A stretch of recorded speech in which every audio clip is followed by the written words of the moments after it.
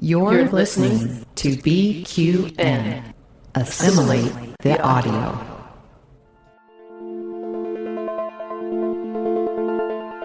Infinite diversity.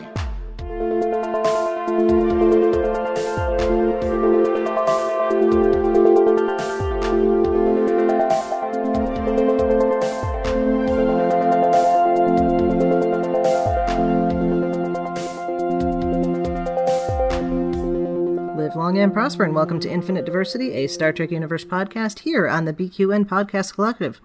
I'm your host for today, Chrissie, and joining me is my co-host, Thad. Thad, how are you doing today? I'm pretty good. A little worried that I might get arrested for blowing up a planet, but other than that, I'm fine. Yeah, that's kind of tough. You know, I know that's been going around. I'm not sure why. It's been a lot of exploding planets lately, and it's just, yeah. Well, you know, you gotta test your bombs before you actually use them, so. It's true. But then they stop working after you test them. It stopped working. It's a whole thing. Yep. Yep, it is. All right. So before we jump into our topic today, which you have probably guessed is Season 2 of Lower Decks, we'd like to take a moment to thank our Patreon patrons who make this show possible, particularly our associate producer, Justin Oser. Listeners, you can hear your name listed as one of our associate producers for a monthly subscription of just $10 at patreon.com/BQN. So we have been off for a few weeks, so we have not yet had a chance to deal with the one big and sad piece of news that has come through in the Star Trek community, and that, of course, is the passing of Nichelle Nichols, which happened a couple of weeks ago. By this time, you're listening to this, but I don't know. I'm still sad about it. I'm still dealing. Yeah. Yeah. I mean, she had just a huge, lasting impact on a lot, and she will be greatly missed. I mean, I can't say, 89, not bad. I know she's been sick, so as somebody who's dealt with illness, with people who have dementia and that kind of thing, it does come to a point where the person has not been themselves for a long time. So in some ways, it's probably... Yeah, I don't think she ever fully... I don't think she ever fully recovered. I know she had a stroke in 2015, and I don't think she ever completely recovered from that. But, having seen her at multiple conventions since then, even if she wasn't perhaps as sharp as she had once been, she was still very much... You could tell that she enjoyed meeting the fans and doing everything, and she was still very happy to be there, which was good to see. Yeah, so she'll be missed. She's up in the stars. All of those types of things. I'll take a moment to do a... well, it's really the wrong time to do a shameless plug, but I'll say that if you don't know much about the life of Nichelle Nichols, we did do a history with the Szilagys on her for the Tuesday after she passed. And I talked about a bit in there that I had just learned about because people were sending around memes and all the, talking about her, about how important that scene from Balance of Terror was where she replaces the racist guy. And it never occurred to me that, of course, you have the captain removing a white man from that station and replacing him with a black woman.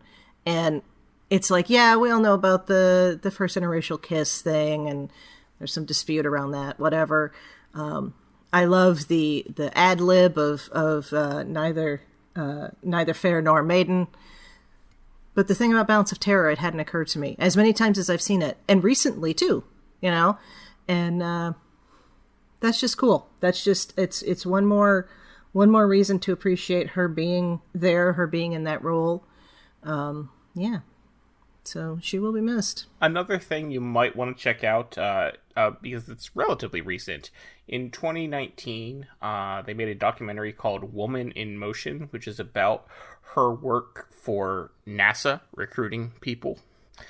And it is available on Paramount Plus, so if you're listening to this podcast, you probably subscribe to that, so you can watch it for free. And it's a very good, very moving documentary showing the importance that she had for that. Yeah. Forget what I said. Watch that.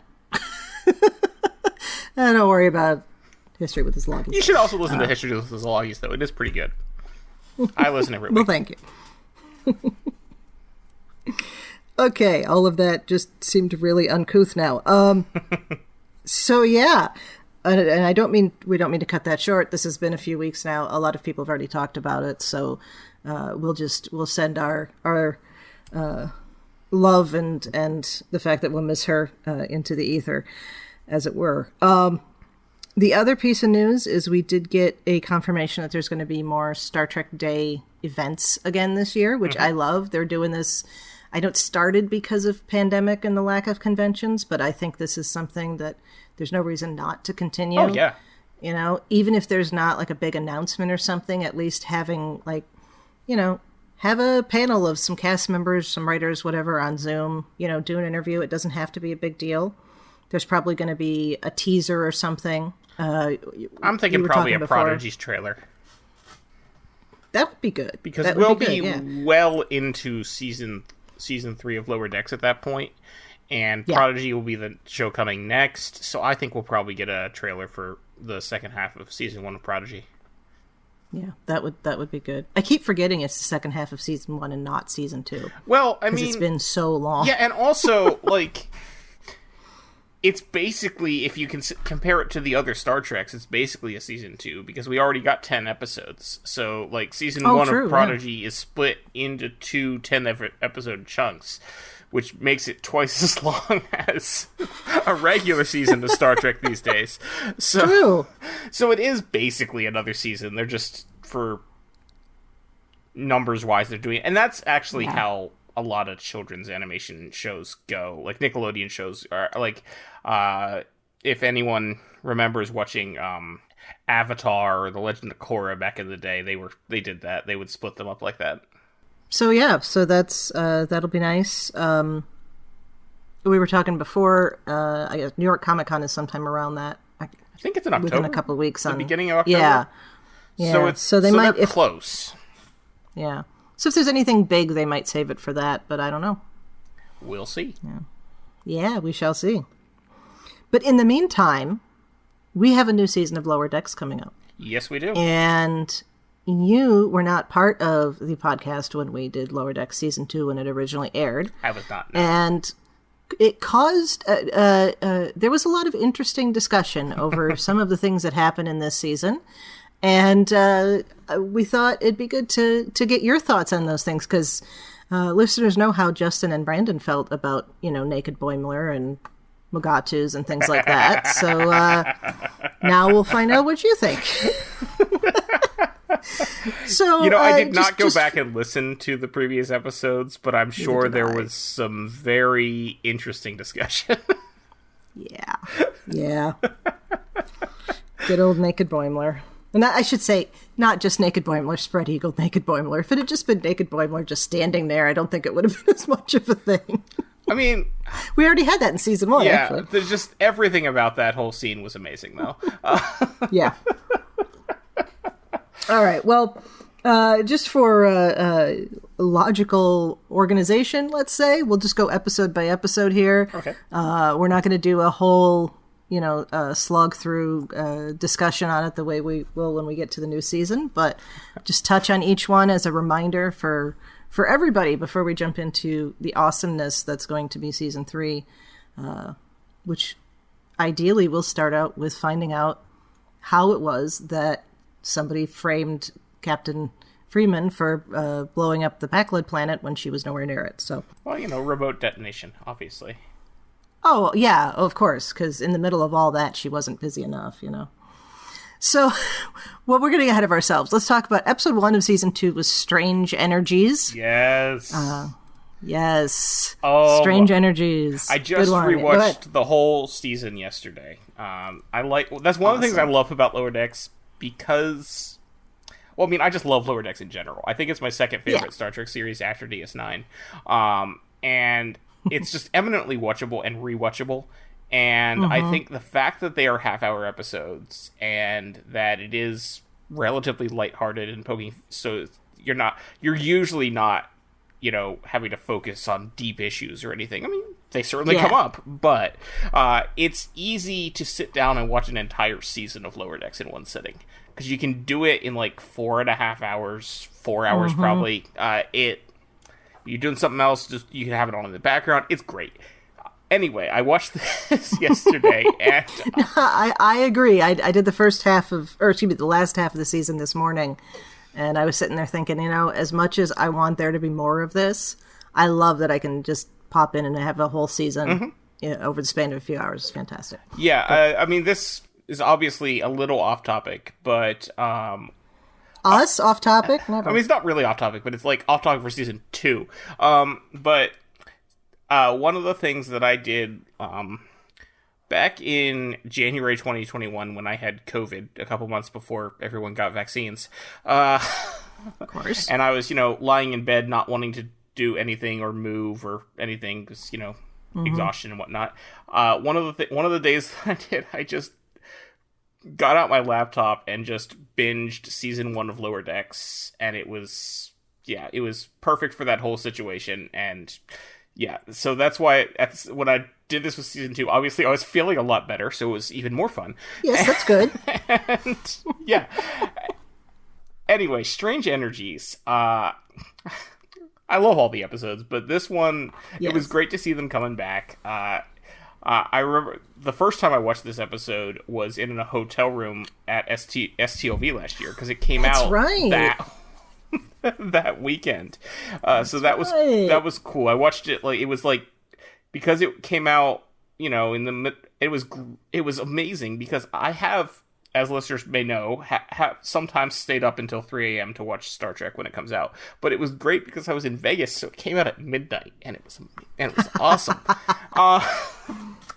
But that's easier. Yeah. I mean, actually, it was like 11:15 because it comes out like 45 minutes early, but I digress. Strange Energies, I love the intro with Mariner doing her therapy on the holodeck with the Cardassians and all they're showing me is lights. I loved everything about that. But the best part of this, obviously, was the titular Strange Energies affecting Ransom, and him turning all the people on the planet into mini ransoms, and him, lifting with the buildings of the planet, and trying to eat the Cerritos, and there was just... it was so good. And finally ending it by smushing him with a boulder. I love how it is Lower Decks is such an irreverent but also loving spoof of everything Star Trek, and this is just a great example of that.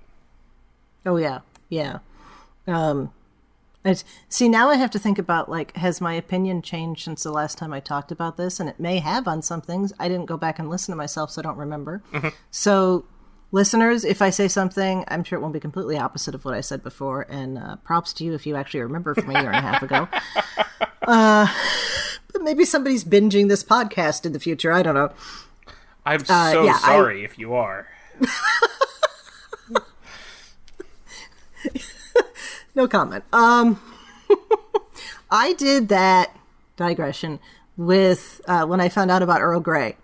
I started at episode 1, and I got current with it 2 weeks before the original Earl Grey crew left. I was like,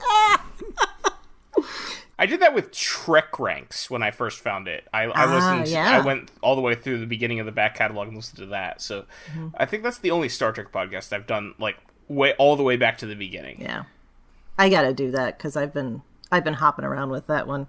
Listeners, things to listen to after you have listened to us and the rest of the BQN collective. No, we love Trek Ranks. Okay, so I was doing my rewatch, and like I said, I watched the last 5 this morning, but the other ones, it was a couple weeks ago. And I'm trying to think, did Ransom do the green hand thing? Yes, he did. Okay, I thought that was so good. So good of a callback and all the rest. So yay for Strange Energies. Oh, and then that was the first time we got to actually see Mariner in the brig with her little drawing, which I love, which gets added to every time we see her, if I remember correctly. And eagle-eyed viewers who pay attention during the credits would realize that even though it'll be a couple episodes before it actually happens, that Shax is back because Fred Tatasciore was in the credits for this episode. I did not catch that at the time or later. I didn't think about it later, I guess, but yeah, that's cool. And then, and of course, we have a new season, so there's going to be a new element to the Borg battle. I think it was the Klingon ships that were added this time. Klingon and Pakled. Oh, of course, Pakled. Yeah. Last time it was just the Romulans, and now it's Klingons and Pakleds. And there's just a visual upgrade in general. Like, if you look at the...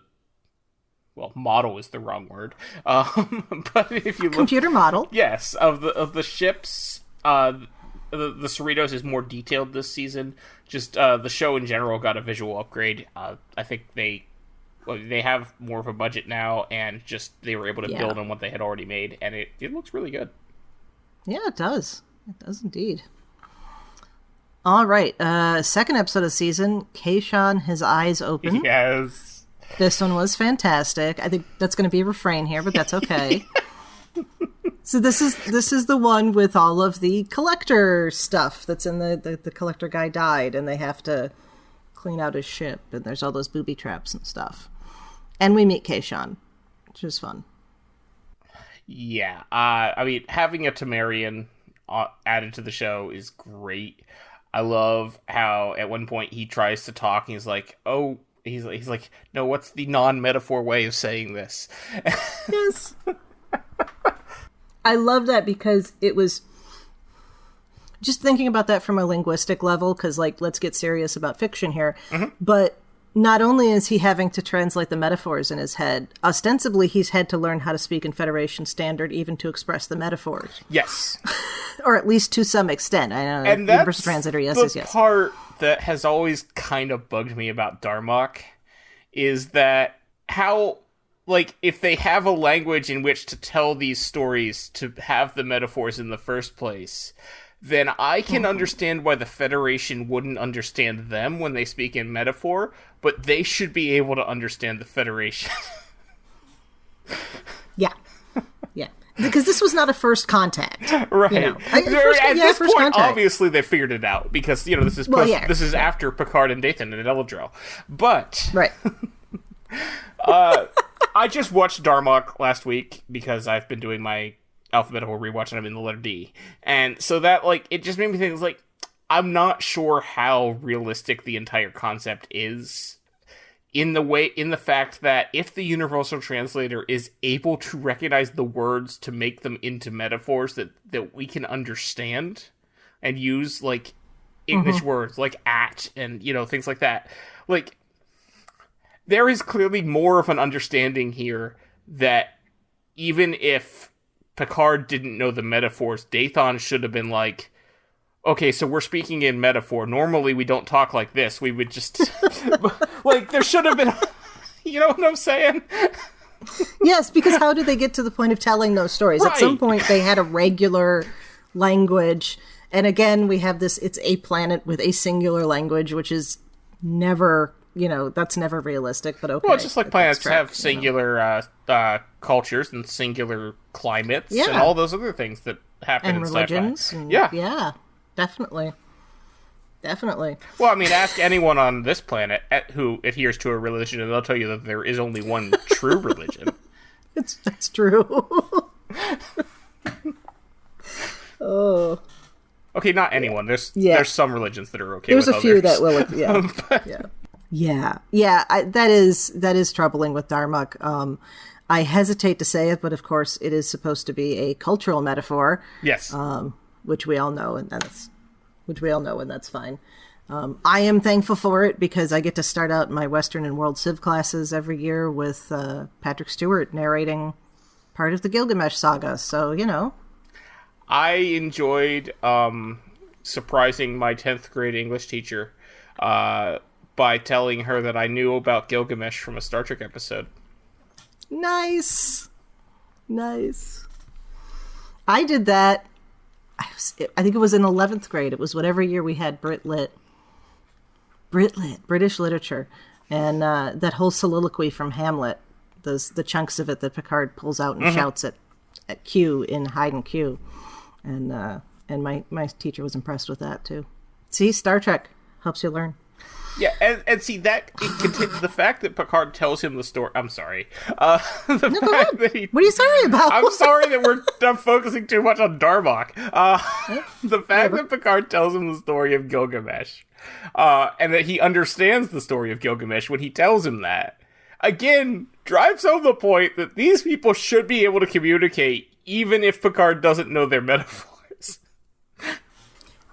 Now, see, that's interesting, because I never read that as he truly did understand. Oh, okay. You know, he's dying. Sure. Okay.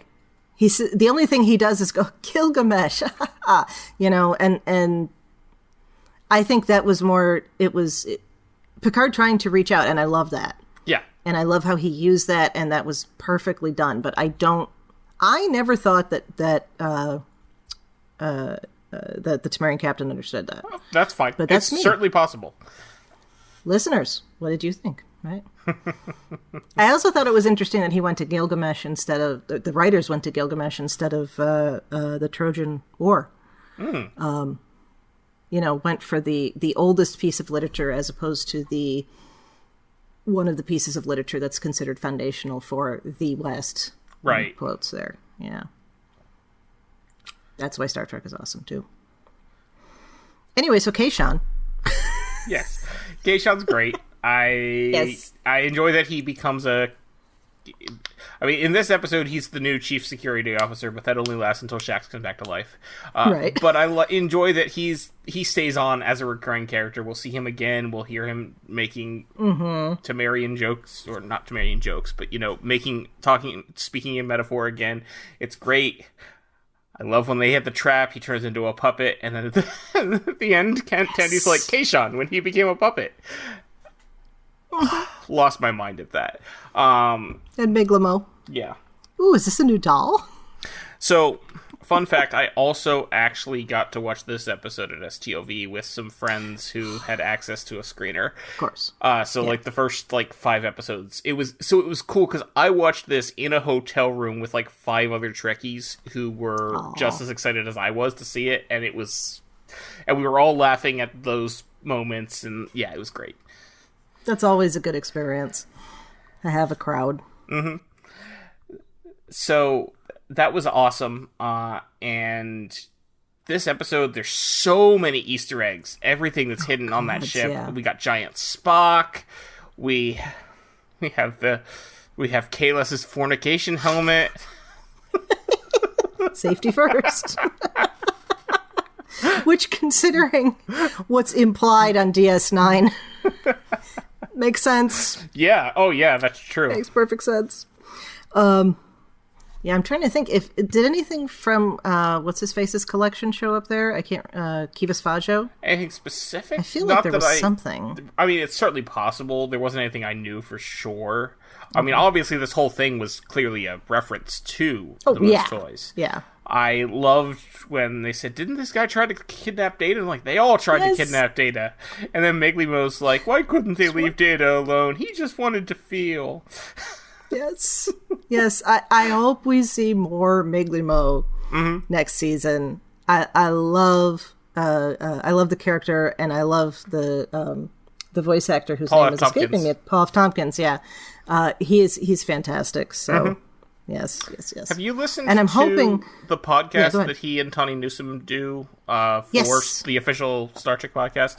Mm-hmm. I really enjoy that. Yeah, I'm hoping there's going to be more of that. Yeah, That'll it's been be a while. Yeah. Yeah, and he's friends with John Hodgman. Mm-hmm. They did an I Claudius podcast together, which is so fun. Yeah. But, he's an occasional guest on a podcast that I listen to called Behind the Bastards, where they talk about terrible people in history, and he's pretty good on that too. Yeah. So I hope I bring that up because I hope we'll get to see John Hodgman on the show at some point. Oh, that would and be I want great. him to be a Q. Yeah, and I want him. Yeah. And he's a huge Trek fan, so that would work. He was actually a guest on one of the official Star Trek podcast episodes with Tawny and Paul. Yeah, I think that would be awesome if they got him on for something. Yeah, he does that. His podcast is Judge John Hodgman. I don't know if that's still going on, But at some point, somebody offered to make Q robes for him, Judge Q robes. Mm-hmm. And so there was discussion about that. So I want him to just show up and be like in the Judge Q robes and, yeah, I think he talked about that when he was on the Star Trek podcast, actually. Yeah. Okay, that would be where I heard. Obviously, that's where I heard about it. Anyway, so I hope we see more Miglimo, and obviously Keishan too. I don't see why we wouldn't. They seem to have found a place for him in the crew. So. Yeah, I think so. I think Keishan's going to continue to show up as an occasional character. They bring back a lot of their recurring characters for this show because, I mean, in a lot of ways, it's super easy because they can get the voice actor to just show up for a few hours and do all the lines especially for like recurring characters like this who I mean, he has a pretty big role in this episode, and he'll have a fairly big role in a later episode, but in general, he's just there for like a couple lines. So they can get the voice actor in one day and record all their lines for every episode, and then they're good. Which is why it's really easy to have these recurring characters that keep showing up again and again. Yeah, or even do it from their closet, like the woman who voices Tendi said she had to do for some of it during COVID. Yes. Her name escapes me. Noelle Wells. Yeah. Noelle Wells, yes. Right, and so then there is this running joke now, of course, that Jack Quaid has not met the guy that voices Rutherford, whose name escapes me at the moment, too. But, because he said that at Comic-Con, I know too. His name, and I'm not... Yeah. But, it's just funny, because they don't get to do the stuff together. And I know that's true of a lot of animation anymore. Eugene Cordero is Rutherford. Thank you. Yes, that's right. So they have never met, which I think is hilarious. Yes. Well, I think and I know they've said in interviews that like the way COVID did it, like it's really changed voice acting because even now because a lot of voice acting is recorded from home and sent in because they figured out a way to make it work. So why not keep doing that? Because it's easier for all involved. Well, I mean, how much would it cost Paramount to send somebody the equipment? Right, exactly. Well, I mean, I bet most of them buy their own equipment though, because they're not just recording for Paramount; they're recording for voice actors in general are not just doing one thing; they're doing a whole bunch of different ones. So it's beneficial to them to set up their own little studio in their closet, and hopefully, unlike the Noelle Wells, they won't accidentally lock themselves in their closet. Yeah, that's true. I hadn't thought of that. I do remember, and we'll get to this more probably when we talk about that episode, but Jack Quaid tell the story that like he did a lot of his recording for this season from a hotel room. Yes, because they actually had like screaming. Yeah, because he works on other things as well. He's most notable for his starring role on The Boys. So like he would be in a hotel. And a lot of actors were, sequestered in hotels for anything that was filmed in 2020 and 2021. So, at one point when he was recording, we'll always have Tom Paris. He was, screaming Tom Paris a lot. And at some point, one of the actors that shared a wall with him was like, "Are you okay? And who's Tom Paris?" That's good. Oh, yeah. Well, speaking of that, that's actually the next episode. So, yes, we'll always have Tom Paris. We should talk about the end of Keishan, his eyes open. Oh, yeah. Okay, we get William Boimler. That's right. I always forget which episode that's in. Yes, the transporter accident. And Riker's just like, that. I've heard this tune before. And they do the thing where he's like, one of you's going to have to go back to the Cerritos, and both of them nod at each other, and they step forward. And only one of them steps forward and says, "I'll go." He's like, "I thought you were going." "No, I'm staying." Love it. I love that and I love that there's absolutely no reason for them to act differently at that point. No. Because Thomas Riker acted differently because he'd been stuck by himself for 7 years. Right. So there's no but of course the whichever one stayed on the Titan, because I guess we don't know for sure which one is the clone and not, was suddenly very much more serious. No, I mean, we know, because after that one scene, they don't tell us which one is which. So, yeah. And it could have been original Boimler that stayed. That's also, Given opportunity. But also, even in the instance where the clone happens, is the one that gets transported back to the ship the clone? Or is the one that's on the planet the clone? Because you could say the original got transported back and the clone and the duplicate was sent back. So, like, it gets very complicated. It does. I mean, technically speaking, the way that the transporter works is anytime you use it, you die, and a new copy of you is created somewhere else. Ooh. Yeah. Yeah. Won't get into that one. Because it's kind of heavy. Yeah, so we have our, and of course, William Boimler is going to be a little talking point throughout the series, the rest of the season here, and I'm sure later too. Mm-hmm. But the next episode we'll always have Tom Paris, and so this is where we get the piece of merchandising for the season. Do you have the plate? I don't. I meant to buy one when I was in Chicago, and I forgot. And I haven't been able to justify sending away for it. And listeners, he's going to get the plate. Yeah. I have the plate. No, I love because it. I also want one. I have some of the plates from the 90s that it is inspired by and mocking and an homage to. So I have it like on display with my other plates, of course. Yeah. Oh, be careful with that. You're making me nervous the way you're gesturing. Ironically, unlike the ones from the 90s, which have very clear instructions on the bottom telling you not to eat off them because, you know, the paint could, like, kill you. Yeah. This one actually is completely, this is safe to eat off. If you want to eat off Tom Paris's face, you can. I mean, it's not microwave safe or dishwasher safe, but you can definitely eat off Tom Paris. I'm hoping we get at some point more of them, though. Like I want the whole Voy crew, obviously, because you got to say Voy because it's easier, it's faster to say. Obviously. I think we have our clip for previously on right there. If you want to eat off of Tom Paris's face, perfect.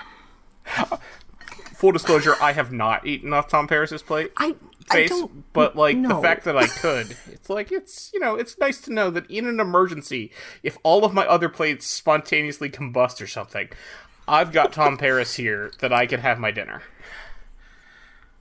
Okay, because in the case that all of your other dishware spontaneously combusts, you're going to be concerned about what you're eating dinner off of.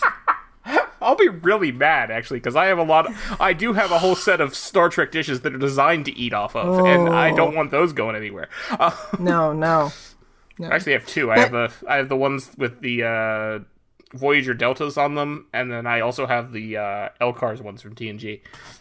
I gotta get the LCARS ones. I have, back in the day, my parents bought my sister and I one set each of the stoneware from the Star Trek 6 set. Oh, nice! And that used to be like our special, the ones. Yeah. Yes. And so we would get that out like on special occasions, like Nikki and I would eat off of it at Christmas, but we didn't use it all the time. So it's like it's still, and we'd always wash it very carefully and put it back in its original box with all the so it didn't get messed up, and I have no idea where that is right now, which makes me sad. I think it's in the attic. Anyway. Back in 2020, Factory Entertainment made the teacup from Star Trek 6. They made the Excelsior version and the Enterprise A version, and I did buy both of them, and I don't drink out of them often, but I do definitely sometimes do it, and you know, if I'm doing the Excelsior one, I'm like, my God.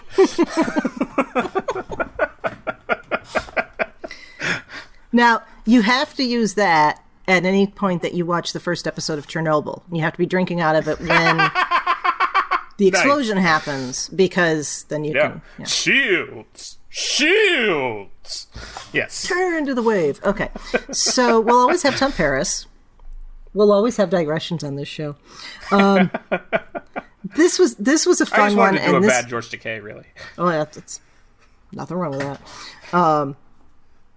Right. So this is the kind of thing that I feel like this show was made for, where you can take something this ridiculous, like the idea that Tom Paris is going on a tour of random starships to talk about his experiences on Voyager for some reason. I mean, no. Well, it's like a USO thing to build morale or something. Like, who is he? Bob Hope? I mean, and it's not like the Federation's at war or anything now. Like, what are they needing to build morale for? Is there? Yeah, it's a little odd, but it's there so that Boimler can get his plate signed. And there's the joke. Well, it's the joke that Boimler is, obsessed with everything, and. The fact that they were able to make a joke about the existence of collectible Star Trek plates. Yes. Like, because the Hamilton collection of Star Trek plates from the 90s, there are hundreds of different plates. I only have a handful. I tend to pick them up if I'm at a con and they have some that are cheap. I'll buy a couple there. That's why I only have a handful. I'm not going to go all out and order complete sets like Alex Perry or something. But well, we can't all be Alex Perry. This is true.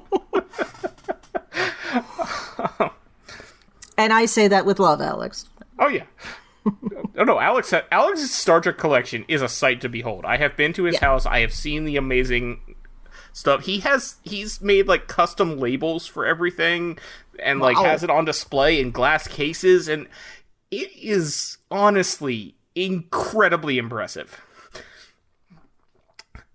But anyway, I love that they were able to make a joke about this. Another thing that we'll be seeing in Season 3 that they showed us in Chicago is that they're going to be playing like D&D as if they're Klingons, but it's also has a video component where Chancellor Martok is talking to them, which is a clear homage to the Star Trek TNG interactive VCR board game from the 90s. Which, in that case, it was Robert O'Reilly playing a Klingon who was similar but legally distinct from Gowron, so they didn't have to pay the author of that episode rights.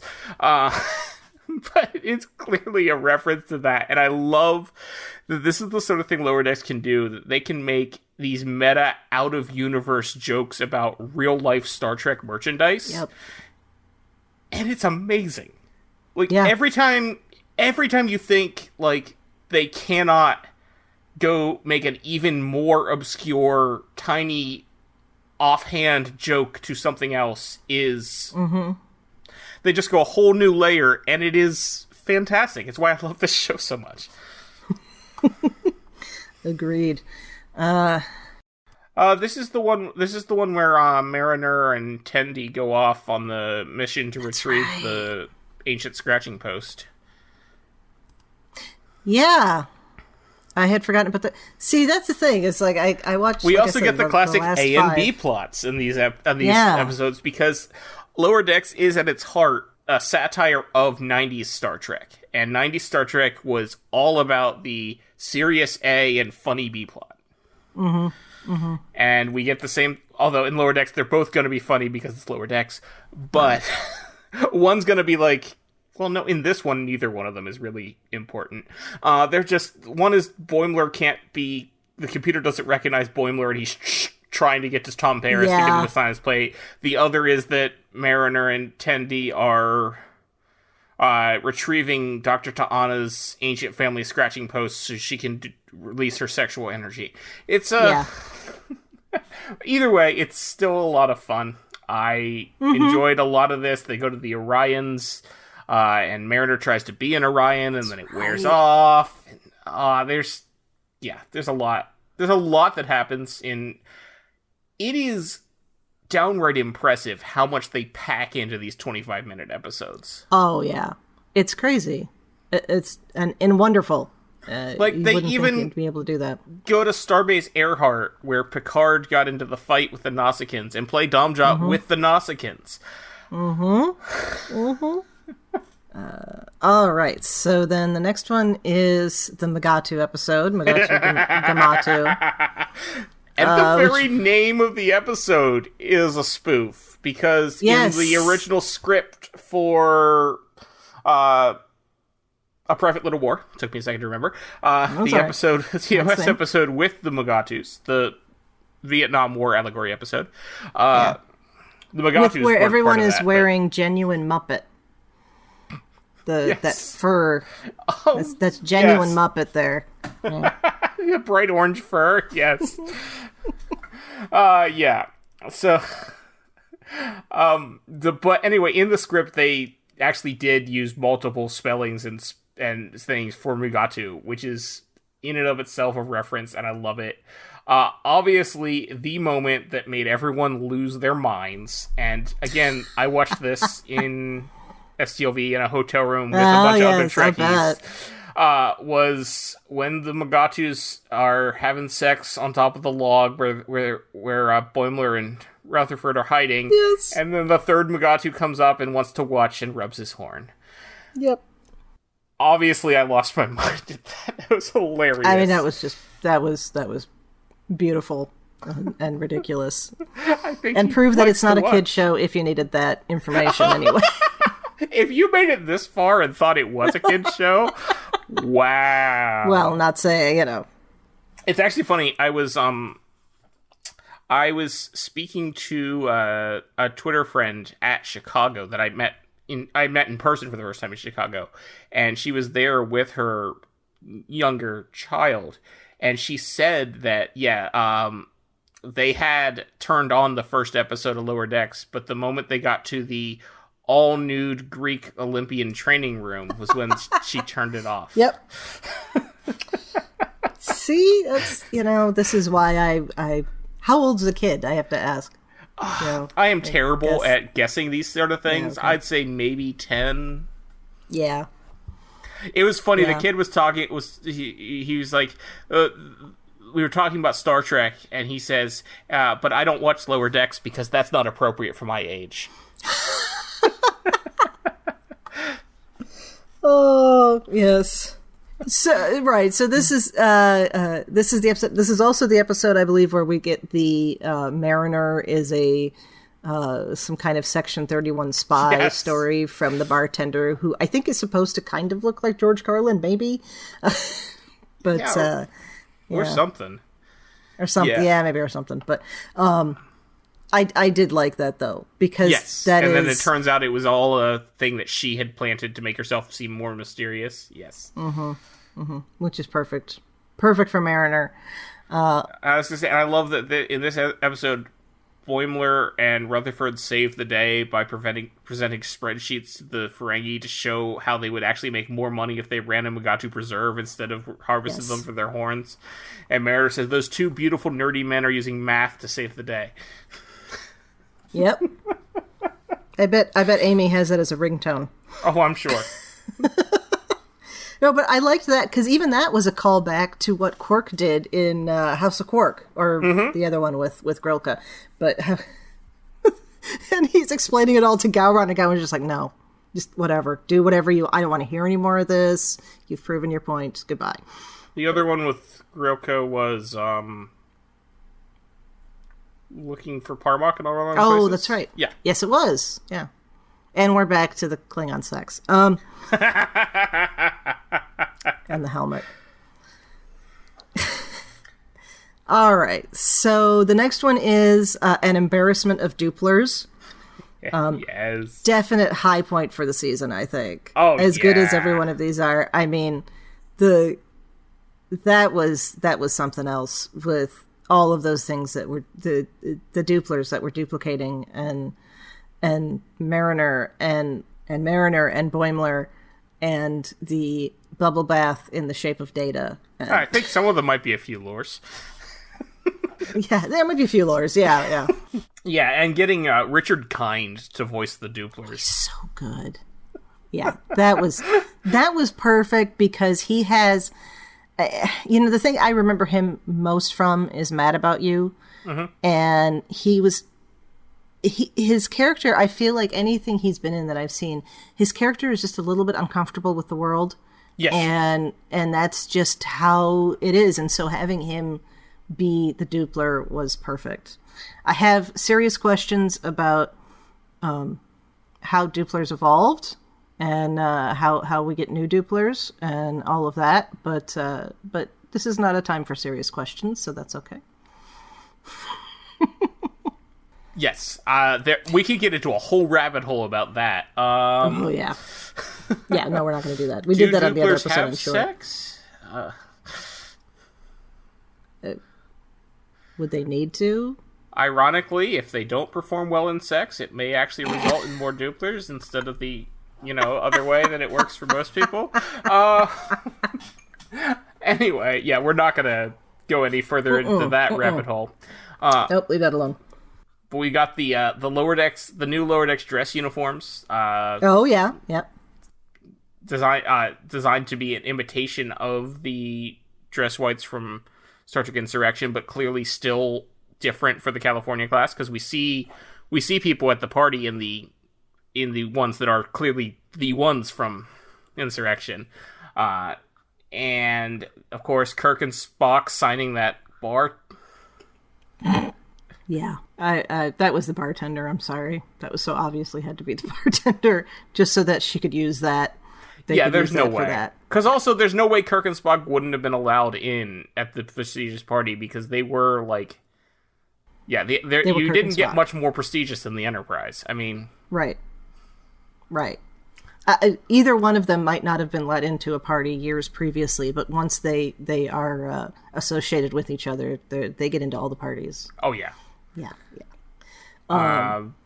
Okana as the DJ for some reason. Oh, that's right. That was the other thing. I love, they show him carrying the engine part that he beams onto the Enterprise, holding like this. For people who are noticed that. Yeah, for people who are, everyone other than Chrissie, I'm holding my arm up.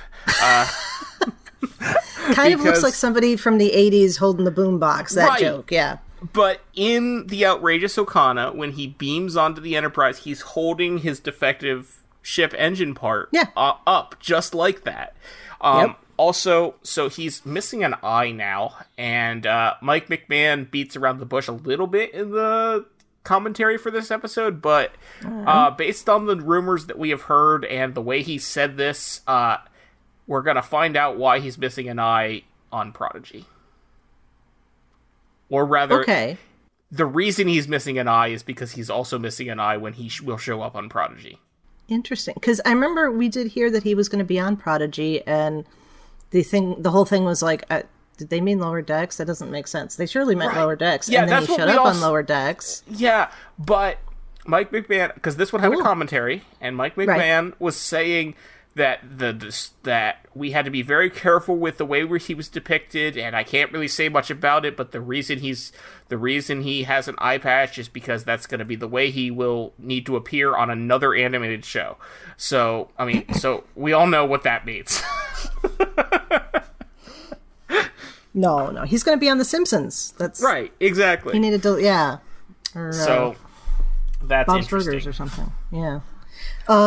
There are a few Easter eggs like that get planted throughout the audio commentary. In the commentary for Keishon, His Eyes Open, Jonathan Frakes was one of the voices, and when they're talking about the Titan, they bleep it out, but it is very obvious from the context clues that he's telling us the Titan will be appearing in live action in Picard Season 3. Yeah, I heard about that somewhere else, and I can't remember. It was one of the podcasts was talking about how Alex talked about it on Weekly Trek a few weeks ago, I think. That might be because he also heard it from the Lower Decks commentary. Right. I almost just said there, I was like, oh, that's how we're going to get live action Boimler, and I'm like, no, wait, that's on the other show. Well, yes, it is. So now it's really maybe confused. It's on Strange New Worlds. Heck, you know what? Now that I think about it, it might be Strange New Worlds. They never say Picard. Yeah. Well, Frakes probably said Picard in the bleeped out part. I had forgotten that in that moment I had forgotten about the live action scene with them on, and that it's directed by Frakes. Mm-hmm. Now it's still would be odd because Tawny Newsom's in it, so it would still be odd if it was the Titan. I think the Titan's still going to show up on. I think it's still going to be on Picard. Yeah, I think so, based too. on the spoiler, like, because they all, like, actors believe, they're all like, Frakes, you can't say that. And it's like, and then, like, yeah. Mike McMahon says, you heard it here first, Frakes spoiling another Star Trek show in this commentary. So it was clear that it's going to be on another show, and I don't think it's Strange New Worlds. My guess is it's going to be Picard, because that's why I said I had a bit of a brain fart there. Even though Frakes is directing that episode, or did already direct that episode on Strange New Worlds with Tawny Newsome and Jack Quaid, it wouldn't. I mean, they could come up with a contrived reason for Tawny Newsome to be there for the Titan, but it would be a contrived reason. It wouldn't make a lot of sense. Oh, you mean like Worf? Okay. Right. That's what I'm saying. If they would show any animated ship in live action in that crossover, it would be the Cerritos, I would think. Right. That's why I'm thinking, no, the Titan will not be on Strange New Worlds. I'm thinking, but of course Frakes is involved in both, so it's hard to say for sure. But my suspicion, very strong belief is that Frakes said that it was going to be on Picard and they had to bleep it out. That would make the most sense. It would not make sense to see it on Strange New Worlds. It was funny because my thought process was like, oh, cartoon characters in live action, and Right. Yeah. Okay, so the next one here, The Spy Humongous. That one. Okay, so I'm gonna here's laugh where every time you mention it in the next episode. It's like, oh yeah, this one. Yeah. Yeah, well, it's me too. Yeah, this one I enjoyed. I love the plot about them having to clean up everybody's bad science experiments, and Boimler trying to get more command-like In the red shirts. You know? It's the red shirt. My favorite... Beautiful. Oh, yeah, you call yourselves the Red Shirts? Yeah, it's a badass name, right? My favorite part... Yes. My favorite part with the whole Red Shirts thing was the sight gag with the Kzinti crew member. Yes. Because the Kzinti, for those who may not know, first appeared in an episode of the animated series written by veteran sci-fi writer Larry Niven, I believe. No kidding, yeah. Larry Niven. I think. Yeah, no, it was. Because Yeah. it's spelled similarly to a species that's in the Ringworld books, I believe. Yeah. I mean, if you don't know, it's the episode called The Slaver Weapon. It's the only episode of the original series that does not have William Shatner in it. And it is the one, if you don't know which one it is, it's the one with the sexist cat people. Now you know which one it is if you've seen it. Anyway, in that episode, all of the Kzinti, who are the sexist cat people, are all hunched over and bent with their posture. There is a Kzinti crewman on lower decks who is part of this group of the red shirts who are all trying to become captains, who holds himself with, upright posture. But at one point, when trying to explain to Boimler how he needs to, comport himself better, he's like, you don't want to be like this, and leans forward and looking like this, because it's from the animated series. He's like, you want to be like this, and cracks his back and stands up straight. And I lost it. I freaking lost it. I'm like, oh my god. Yep. Yeah. This is also where we get the Pakled continuing to be problematic. Let's put it that way. Yeah. I do love the giant hat bit, in part because it reminds me of the Stephen Colbert big giant hat bit that he used to do on The Late Show. I don't know if he still does. I haven't had a chance to watch him in a long time, but yeah. What I really like the Cerritos gift shop t-shirt, and I'm annoyed that it doesn't exist. And that's surprising. Because they made the Ritos shirts for when they're did. Working out later. They made the Ritos shirt like several weeks later after enough people begged them to do it. Which was amazing, because when they did the disco shirts, they sold them the next day, but I guess they didn't realize people would want the Ritos shirts. Or a Burf plushie, or a Murph t-shirt, or any number of other things, Yeah. But the thing is, Titmouse, the animation company that actually makes the animation for this, does a collection of t-shirts every year. They've done one for every episode. And the one for this week, I don't remember what it was. I think it was a perfectly fine shirt. I don't remember what it was, but I think it was fine. But it was not that shirt, and that bugged me. Like, I felt like it should have been the shirt the Packlet is wearing from the gift shop. Yeah. Well, maybe, they... Because I remember thinking that too, and then I figured they didn't do that because that was going to be something that Paramount was going to be licensing, because the Titmouth stuff is only available for that week. Yep. But, whatever. And those are some cool shirts. I have quite a few of them, actually. I have a few myself, yeah. I never signed up for the... I didn't sign up for the subscription either year, because there were definitely some that I didn't care about. But there are quite a few that I bought. For this season, there was I bought the one that was Kayshawn, the puppet. Yeah. And then I bought the... No, it's not the puppet. It's just regular Kayshawn, and it says the caption Kayshawn when he was on a t-shirt. That's right. That's actually... I just looked it up. That's the one for this episode. Okay. And so I bought this week's t-shirt, and that was great, but they should have also made that serrated shirt. The other one that I bought that I really liked for this season was the one that shows the two Boimlers and the Titan. Yes. As I was just looking that up to see what the t-shirt was that week, it looks like these are still available if they had leftovers in stock. So people, if there was one you wanted, check to see if it's still there. That's surprising. I would check very quickly, because they might all go away when the next season comes out. Because they might. I hope they do one. I hope that. I hope they're doing new ones for the next season. But when they do that, they might take down this site. Yeah. Because it's possible they were print to order. I really don't know. I don't know either. Yeah. So I think this was a good episode, but this was where the Packlet started to kind of bother me more than just like, okay, this is a bad joke about mentally impaired people from the 80s before people really knew better, except that they did know better, and right. Asterix I was and definitely getting footnote and all of that. Tired of the Packlets at this point. Yeah. Although this is a point at which you start to see there's something else going on. Mm-hmm. So, that kind of helps. But the Packlets have always... They work for this show. I don't ever want to see them in live action. Oh, no. Again. Because it's just... Unless it is some kind of story about how the Packlets that we have seen up to this point appear to be so stupid. And it's like some kind of space disease or something. It's an explanation that is not terrible. Yeah. So then the next one is Where Pleasant Fountains Lie. Billup's trying to maintain his virginity. Did his kingdom come?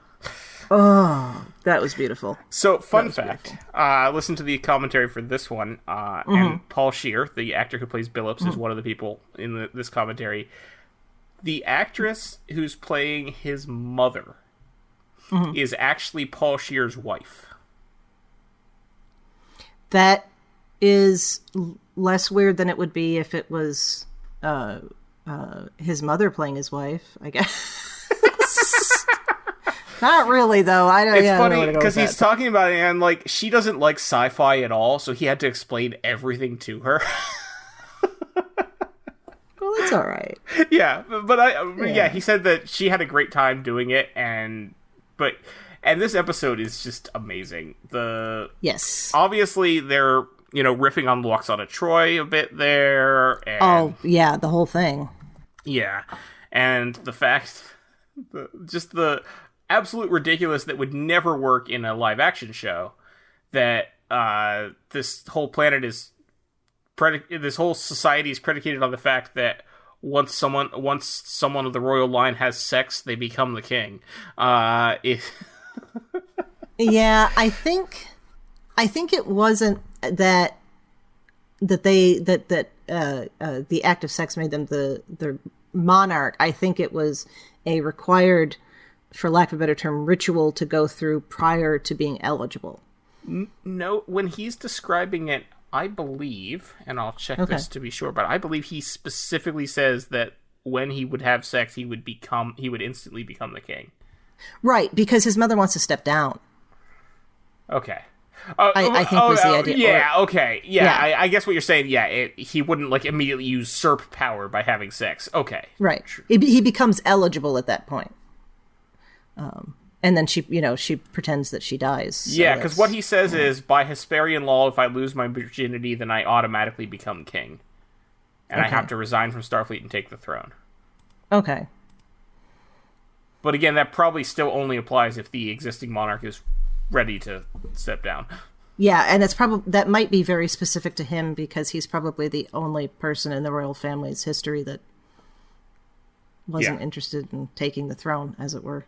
So my guards are trained from birth to skip foreplay. That is not a way to get a person to be interested in sex, but okay. Yeah, this is true. That's fine. And why all of the guards? Why wouldn't it just be particular? But whatever. Okay. And why would you train anyone to skip foreplay? Like, I'm confused by this. If you're a society that's like based upon sex, you would think foreplay would be a big part of your culture. Well, it's not. It's based on a bad Renaissance fair, so it's not based on that. That's just true. Apparently the royal lineages for some reason, but I mean, to be fair, I'm sure there's a lot of sex happening at Renaissance fairs. I mean, I've been to many Renaissance fairs and have not had sex at any of them, but I'm sure other people are definitely getting it on at the Ren Fair. Yeah. So that was the A plot. I'm trying to think what the B plot was Jeffrey Combs, the evil robot. That's right. That was awesome. Yes. I mean, Jeffrey Combs, always awesome. Yeah. I would like to see him come back like as a voice of a different character every year. Yes. Or every season, at least once. I want to see him come back in live action as well. Oh, well, of course. But, we don't know how long Andorians live. He could show up on Strange New Worlds with very little difficulty. That's true. So. I mean, I feel like the fact that there was a ship called the Shran in the fleet from the beginning of Discovery would seem to imply to me, at least, that he's no longer alive. Like, I would think they would normally not name a ship after a living person. Yeah. Okay, well, he can play his own son or something. Cause, I think he did play. I think they did have him on Star Trek Online playing a descendant of Shran. Oh well, yeah. So, okay. The other thing that I just want to bring up about this one is that I remember there being a lot of discussion in the community about how this was giving some representation to asexual people, and I thought that was really cool. Yeah, and that gets carried over into the next episode in the Mirror Universe, in the orgy in the bar where he's just reading a pad. In the naked time scene. Yeah. Of course, in that same episode, Mirror Universe, Billups is shown to be super horny by torture. But yes. But it's perfect. Excuse me. Yeah, it's not the Mirror Universe. It's the naked time scene. Yeah. Before we go further, though, we left out something very, very important in We'll Always Have Tom Paris. Okay. And that is the resurrection of Shax. Oh, yeah. I don't know how we jumped over that. Probably because I don't have good notes right now. Because they pack so much into these episodes. You know, I was thinking about that as I was talking about the A and B plot. I'm like, well, what was Rutherford doing during this? And like, oh, it probably wasn't important, but I didn't look it up. Like, that's what Rutherford was doing. Yep. Because I didn't think about it until we got to the episode where there was the picture of Shax, and I was like, oh wait, we didn't talk about when he came back. So yeah, Shax got resurrected. I don't know if he saw the koala or not. If he did, he came back. And Shax is one of the few people who has not mentioned the koala. Like, I like that has been a recurring thing. Like, a couple times now, we've had someone who was close to death and they talk about the koala. And I like that. Yeah. Maybe, well, has it only been humans that have talked about the koala? I think so. Yeah. So maybe that's a human thing. Why is he smiling? Anyway, so Shax was back there. Yeah. And it totally bothered Rutherford, and I completely understand why. Because Yeah, back from the dead. And I love that eventually, after they finally it's a big secret. Shax finally explains that it's not that they need to keep it a secret. It's that they're trying to keep people from going insane when they hear about it. Yeah. All right, so back to not to jump over Shax there, but the next episode is just so insanely wonderful. I Excretus. I love it. Love it so much. Yes. This was my favorite episode of Lower Decks until the episode after it. Yes.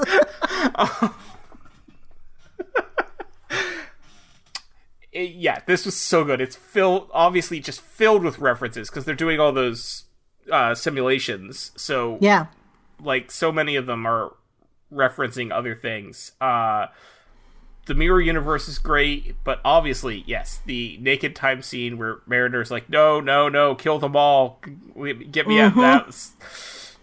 Yeah, you see Stevens riding Ransom, saying, "I can't tell where I end and you begin." That was beautiful. Yeah. And when Mariner's just like, hey, keep your hands to yourself. That's an anus. I never would have expected the line, "That's an anus," to appear in Star Trek. Outside of a clinical context, yes. I could totally see that happening in a clinical context. But yes, spread-eagled Boimler. Yeah. That was a thing. Yes. The image that Brandon wanted to use as the picture for the podcast for that episode, and like the next 10 whenever we were talking in the chat. Like, what do you want to use for the Did you use it for this one? No. Oh. That was vetoed by Justin. I would have been on Brandon's side in that case. I know you. I kind of was too, but I didn't want to make Justin feel too weird about it. No, that's fair. But yeah, no, that was funny. I like Jack Quaid reenacted the position in Chicago. Yes, that was awesome. And then thankfully fully threw a bear at him. Yeah. Oh yeah. Yeah, and what else? And then Boimler with the perfect score in the Borg. I mean, that is just. Whereas, beautiful. he's like teaches the Borg Queen empathy and plays chess with her. Yeah, saves all the babies. I like how when they make him have to stay in the simulator, he's like, so when the Borg Queen captures him, he's like, so how's that empathy going? She's like, we assimilated it. Yeah. And then it's the whole scene from First Contact, except that he has terrible skin. This looks almost human. I am human. Oh, then you should really see a doctor. You gotta drink more water. Your skin's... I don't know what. Yeah. Yeah, that's it. You should drink more water. Yeah. Yeah. It's so good. Which actually, that picks up, because I think, didn't the Jeffrey Combs computer tell him his skin looked terrible, too? Also, this was actually Alice Krige reprising her role as the Borg Queen from First Contact, which I thought was awesome. Yeah, this was great. The villain was another deep cut animated series reference. Yes. To the animated one that we could only see on this show. Yeah, to the animated. Yes, they're not going to have a Pandronian show up on Picard or Strange New Worlds, or if they do, they'll stay one piece. Yeah. I mean, I don't think it was a very good episode of the animated series that they're referencing, but that's okay. No. I liked that they did it. I enjoyed when they're like, look at all these things. It's like, Crystalline Entity doing this, Crystalline Entity doing that. It must be Crystalline Entity season. Yes. Yep. Yeah, because you need a season for them to show up. Yeah. This was a fantastic episode of Star Trek. And like I said, this was my favorite episode of Lower Decks until the next episode, which then immediately became my favorite episode of Lower Decks. Yes.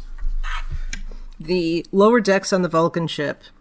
Yeah. Wedge Douche, the first and so far only episode of Star Trek whose official title is in Klingon, and is even depicted in the title card of the episode in Klingon script. Yep. This is great. Where we see the lower decks on the Klingon ship, we see the lower decks on the Vulcan ship, we see lower decks on the Pakled ship. Yep. Just everything. And the Borg. And the Borg, yes. Like when the Klingon walks the Targ and he brings it back, he's like, it was past. It was an honorable movement. That was... the whole thing with the Targ was a reference to Star Trek 3 with Krug. That's his name. Yes. And the purple blood was a reference to Star Trek 6. I loved seeing the purple blood because so far that had only ever appeared in Star Trek 6. That it would, and the reason for that was just because it was considered too violent, so they had to make the blood a different color to keep the PG rating. Yeah. I remember reading that there was potential for the amount of blood there was in the scene on the Klingon ship after they're fired on, that it could have been an R. And they're like, no, we can't have an R. Straight to R. Movie. Wow. Oof. Yeah. Yeah. So yeah, we need yogurt. I mean, I would absolutely love an R-rated Star Trek movie. That would be amazing. I think they could do it. They could talk to what's his face. They could do it today. A lot of the new shows are TVMA anyway. So. Yeah, and I think an R rating in 1991 was a little bit. I don't think that would hit an R today. Just for that blood? No. But PG-13 is a much more defined category now than it was then. It had only been around for a few years at that point. That's right. I forgot that was new. Yeah, it was because of Indiana Jones and the Temple of Doom. Which, if you ask me, is a way scarier movie than Star Trek 6. Yeah. That's why the PG-13 rating exists, because that movie was PG, and that movie should not have been PG. Yeah. Oh, before I forget, because we were talking about Iexcretus, the flip of the lower and upper decks. I really appreciated that just as a concept, because we have all been in situations where we remember that. We remember how things used to be with a bit of rose-colored glasses, as it were. And and there's that great scene. I think that's good. Where at the beginning, because this is the one that starts out with them accidentally leaving them behind, right? Yes. Yeah. And Shax is saying, "No, it's ridiculous. Everyone in the Cerritos is treated the same way." And Ransom was just like, "They sleep in a hallway." Yeah. Yeah. Ooh, okay. And then later, I don't mind that. Also, the fact that they have different replicators for the bridge crew versus lower decks is patently absurd. Like, that doesn't even make sense. Yeah. I remember we talked about that when this came out. Not only that it was a different replicator, okay, because that's more weird, but that there would be a differentiation on what was available. Yeah. You know, why would you need a different replicator for that? First of all, why would that be in the first place? But then why do you need a different replicator? But yeah, it would be the same one. It would just, because we already know that the replicators recognize who is ordering, since they wouldn't let Boimler order anything earlier. Yes, that's right. Yeah, that is an interesting question. But it doesn't make any sense at all that it would actually, and obviously it's just for the comedic value, because in real life, no, they wouldn't. The lower decks would be able to have pesto whenever they wanted. Yes. In a world where everything is just reconstituted matter, you can have anything you want. I also don't think in a real Starfleet ship they'd be sleeping in a hallway either. No, I like how this is kind of that design is kind of reflected in Strange New Worlds. With the crew quarters that Uhura is sharing with those two guys that try to makes more sense. Yeah. Sharing quarters, that makes sense for the junior officers, but being in the hallway with everyone else, no, that doesn't. In a literal hallway. Yeah. I mean, that's how crew berths on a naval vessel are today, but that's not. They have more space on a starship. One would hope. I mean, if the lower deckers on the NX-01 didn't have to sleep in the hallway. Yeah. Which was the smallest ship, you know. So. All right, and then, jumping back to Wejus. Okay, we have... On the Defiant, they talk about how tiny those quarters are, but even then it's like bunks in a room. Yeah, anyway. Yeah, no, agreed. Okay, so back to Wejus. We have... the wonderful storyline about Boimler pretending to be Hawaiian. Yes. And you find out that none of them are Hawaiian. Yeah, none of them are. And then Modesto is like the moon of San Francisco. You have if you were from a moon, you'd know how deeply offensive that is. This is, I think, the first place where we hear that he's from a vineyard. Yes. Which we're supposed to see in a few weeks here, sometime next season. I would imagine it's early on, because it's likely before they get the captain back. Yeah, in fact, they've even said that it's a raisin vineyard. Yeah. Which is hilarious. That's something like I need to look into, because I never considered. I guess I always thought that raisins were you have the grapes that you sell as grapes, and then you have the grapes that are beat up, so you turn those into grape juice and wine and whatever, grape jelly. And then I always felt like the raisins were maybe somewhere in between. But I never actually considered, My guess is they're probably different varieties of grape entirely. That might be. I don't know. But I don't know for sure. Listeners, if you're on a raisin vineyard, let us know. Or a wine vineyard and just happen to know how they make raisins. Or neither, or if you and work just for happen Welch's. to know. Yeah. Feel free to tell us. So this is the first time I think we hear about him being on a vineyard, having grown up on a vineyard. This is and I like how the guy said didn't you say he came from a vineyard? Was it pineapple or coffee? It's like neither of those come from vineyards. No, both. Yeah. Pineapple and coffee do not grow on vines. No, they don't. Because that is literally the etymology of the word vineyard, vineyard. This is true. So, right. Oh, this is also where we get the wonderful Shax meme, where he's throwing pottery and fighting fascism is a full-time job. That one right there. Yep. And I'm trying to think what else.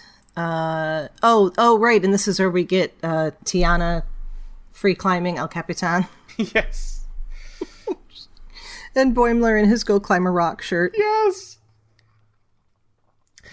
And then when he falls, he's like, well, at least the safeties are on. He's like, yeah, they are on. We're like, maybe. All right. That's all right. Yeah, this is just an amazing episode. And we've got the Vulcan lower decks, where we see the completely out of control T'Lyn. Yeah. That's scary right there. Control. Yeah. There is also an audio commentary for this episode on the Blu-rays, and in it, Mike McMahon does say that we will see T'Lyn again in season 3. So that's exciting. Cool. All right. I would like that. I like how she had the Valeris style hairstyle and the hair band thing. So I think that was something we were supposed to read into. And of course, this is This is the one where we find out that the Klingons are actually, well, at least some of the Klingons are giving the stuff to the Pakled. Yes. Testing the bombs. And then it didn't work anymore. Yeah. No. That kind of happens. Yeah, the Klingon lower decks is also just fantastic because it's very Klingon. Yeah. I loved how during the fight we see the periscope that they used in Star Trek V. Looking on Bird of Prey. I also like seeing that a Vulcan gives a sarcastic Vulcan salute in this episode. Yes. That was perfect.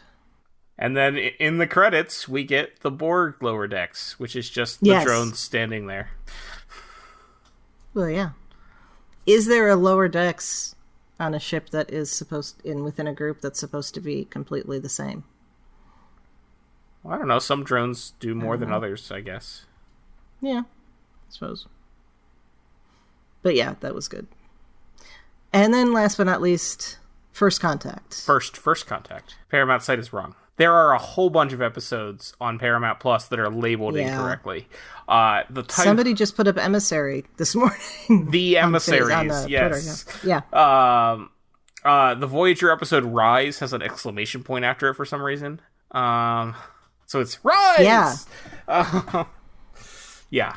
And then there was one that I was watching that because I posted on Twitter about it had an inappropriate apostrophe. I can't remember which episode it was, but yes, the episode is actually called First Contact. The title, that's what the title card says, and it's what makes sense. It's the Cerritos' first contact mission. Yes, that makes perfect sense.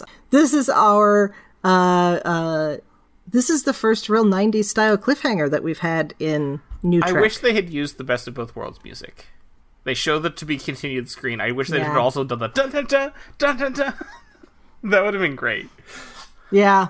They'd already used some of it for I Excritus, so it's not like they couldn't have picked up that piece too. But yeah, that's we get Captain Sonia Gomez in this episode. Oh, that was fun. And the little callback about the ensign that runs into her. That was so nice. Mm-hmm. Oh, I would love to see her for a minute on Picard just to, just be like, yeah, I grew up. Because we all have done shit like that in our lives. Oh, yeah. We all look back at college or high school and something we did and are like, oh my God, that was terrible. I hope that person does not remember it. And likely they don't. I like how the Archimedes, Sonia Gomez's ship, kind of looks like a cross between a Sovereign class and an Excelsior class. Yeah. I think maybe that honestly might be a reference to the last episode of season 1 when after they have the battle with the Pakleds and the Cerritos is being repaired and Freeman says, "No, I don't want any improvements. I hate when a ship goes in for repair and comes out looking all Sovereign class." I honestly think that maybe that might have been why they did that with that ship. That's good. I like that. I hadn't thought about that.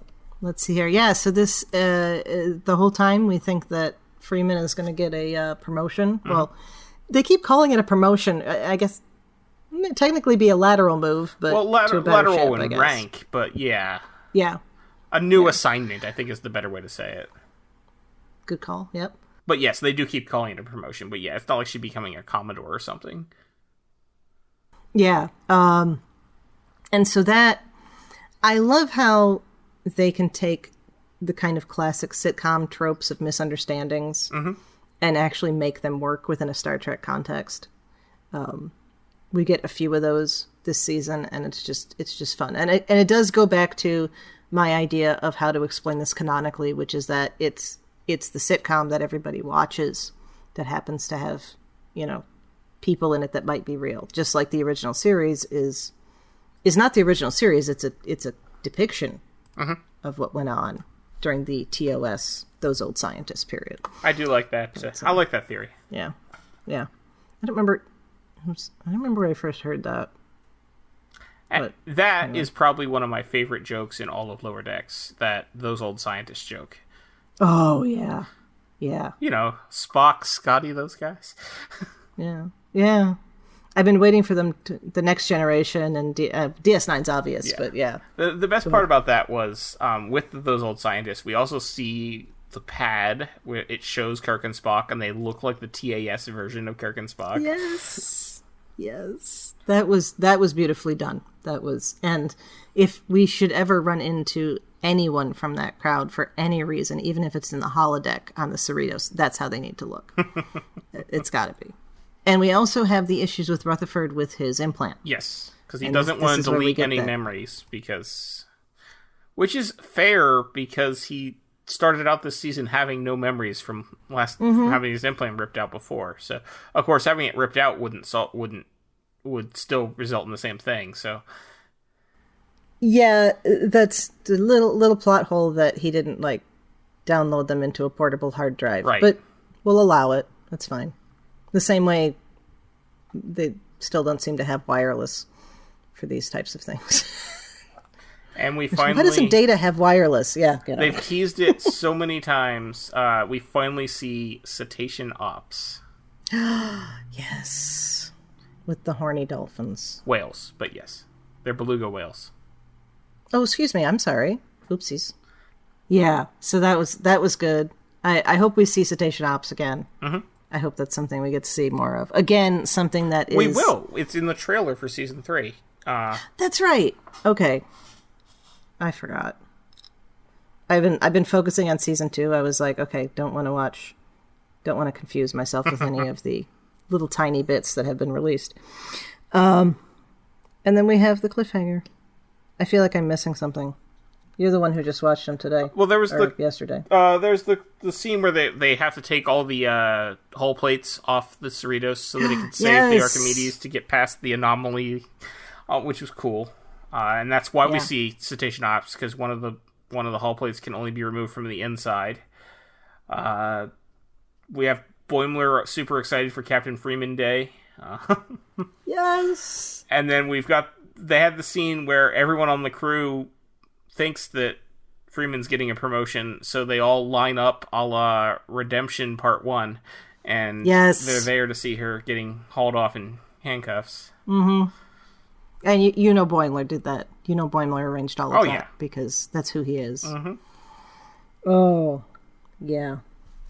I feel like we have missed something in every one of these episodes, but that's a quick recap for you, but that's okay. I'm sure if you go back and listen to the episodes that you did with Justin and Brandon last year, listeners can hear everything we missed in this episode. Oh, yeah. Yeah. Including a discussion about NASA and horny dolphins. That was the episode we had Mike Wong on, and we ended up talking about briefly about the NASA dolphin experiments and how they couldn't get the dolphins to focus because they were horny all the time. So. That's funny. Which he brought up. I had it in my notes to bring up, and he brought it up, and I thought that was fantastic. I was like, hey, for once, somebody other than me brought up the sexual context. That's good. That is. All right. So, that's Lower Decks Season 2. Yeah. I think we're all very excited for Season 3. I know I am. Yay! I think we already talked about a little bit in the last episode because we talked about the panel. I don't think there really isn't any more information on the season that's been released since then. So but it's going to be coming in a few short weeks, and we'll be here to talk about it. Yeah. Yeah. Looking forward to it. But it's been good to have a little break. Yes, get my mind reset, you know. Not that we don't love being here for you each week, people, but I think we got another 50 weeks ahead of us, so take a deep breath. So so we're gonna skip doing predictions this time. I'm gonna say, we did see a tease of Badgie and Peanut Hamper with the posters in Chicago, so maybe we'll see them again. We do know there's an episode set on DS9. So that's going to be pretty cool. Yes. Hopefully they've brought back... Well, we know that they've brought back some of the voice actors, or some of the actors to do the voice. We just don't know who yet, so that'll be fun. Yeah, because they did say it's going to be on DS9. We'll meet some of the characters. I'm very much looking forward to that.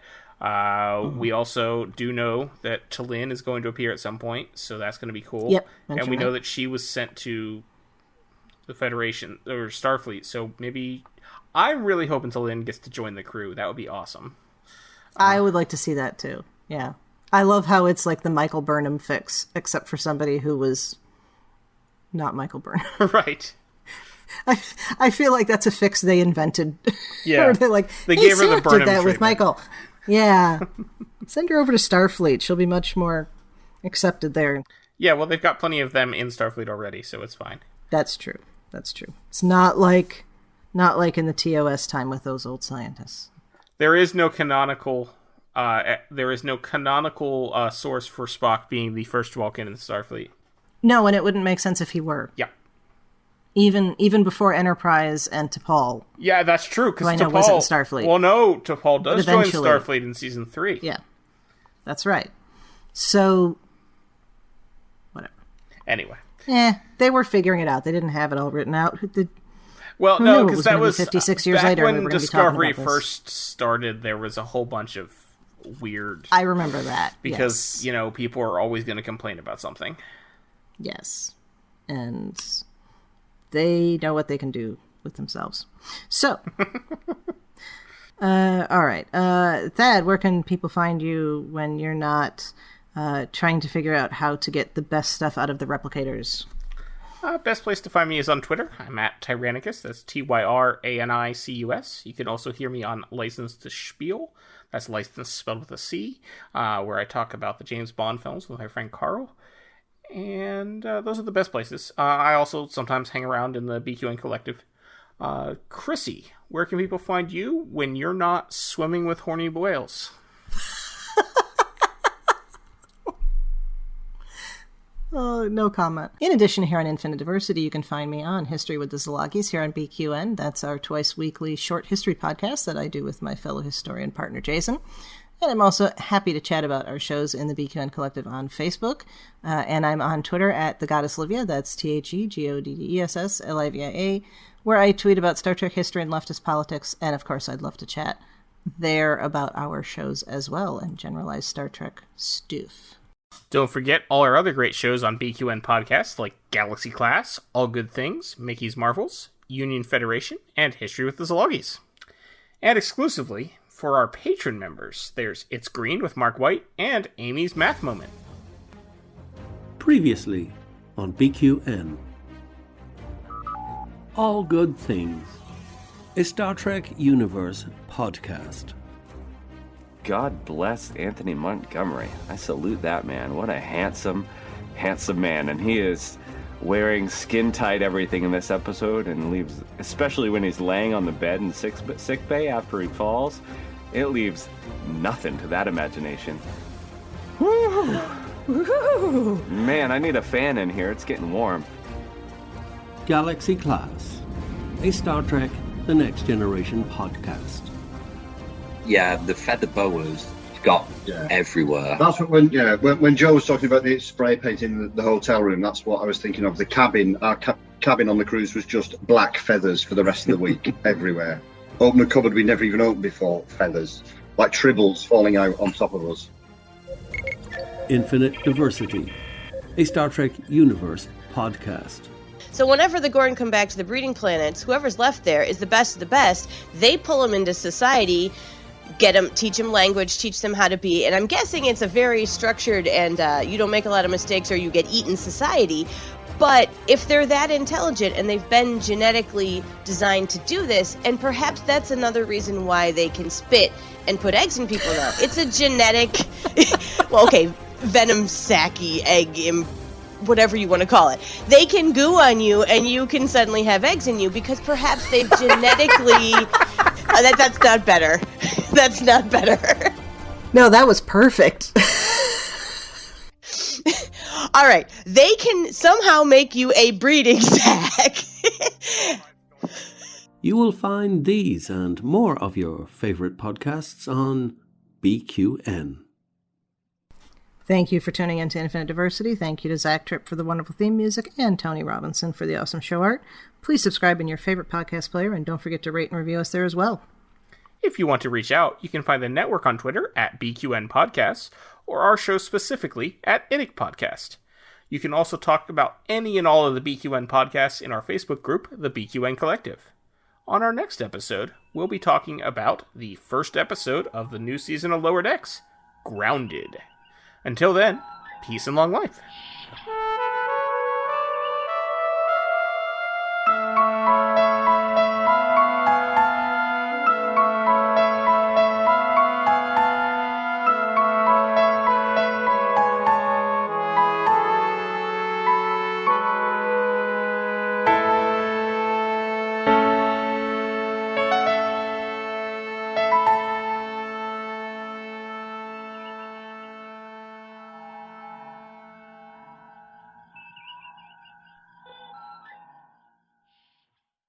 Does Earl Grey even exist anymore?